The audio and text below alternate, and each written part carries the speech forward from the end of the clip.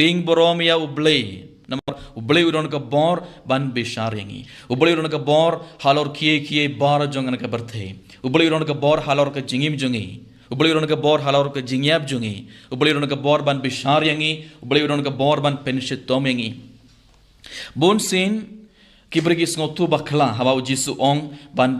ting ya utau ubadon ka bor ban bret noing shadujo kibrigi ki perkat bon sin nge perkan ujisu ra ngong nge ban ting ya uboman ban ting ya uksu namar bale uksu uron ka bor ban bret noing shadujo mo omdei ujisu nam hikai ban ting ya uksu ujisu ong yangi ban ting borom ya ublei ngim de ban ting ya uksu bale namar ublei udon pangi manla khlimat ngim de ban ting ya boman ngim de ban ting ya uksu hangne ujisu na hikai ngi wei pe wei ban ting borom ya ublei ban ting borom ya ublei ko hamur ko para ba id bon sin hak jingim jingi ngi ting ya kibriu ban ya ublei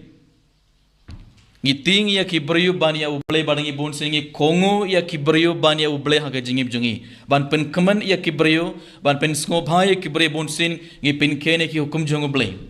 ban pen kaman ya ki parlog jongi ban pen kaman ya ke bahaing jongi bon sin ngi pen ken ya ke hukum jong ublei ngi klat ya ka ten jong ublei bon sin namar bale ngi ko ban pen kaman ya ki bai ngi ko ban pen sko bha ya ki bai ene kita gadau akam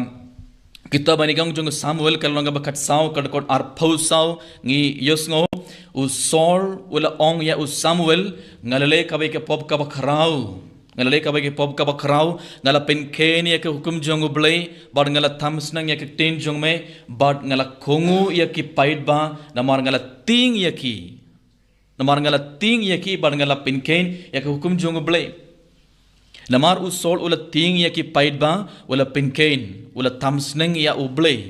bad habangi pule shushungi yoi haba u Saul ula kintair ya ublei haba ula Saul u pen ken ya ke hukum jong ublei ula ong kumno ya u Samuel ublei ula ong ya u Samuel namar u Saul ula kintair ya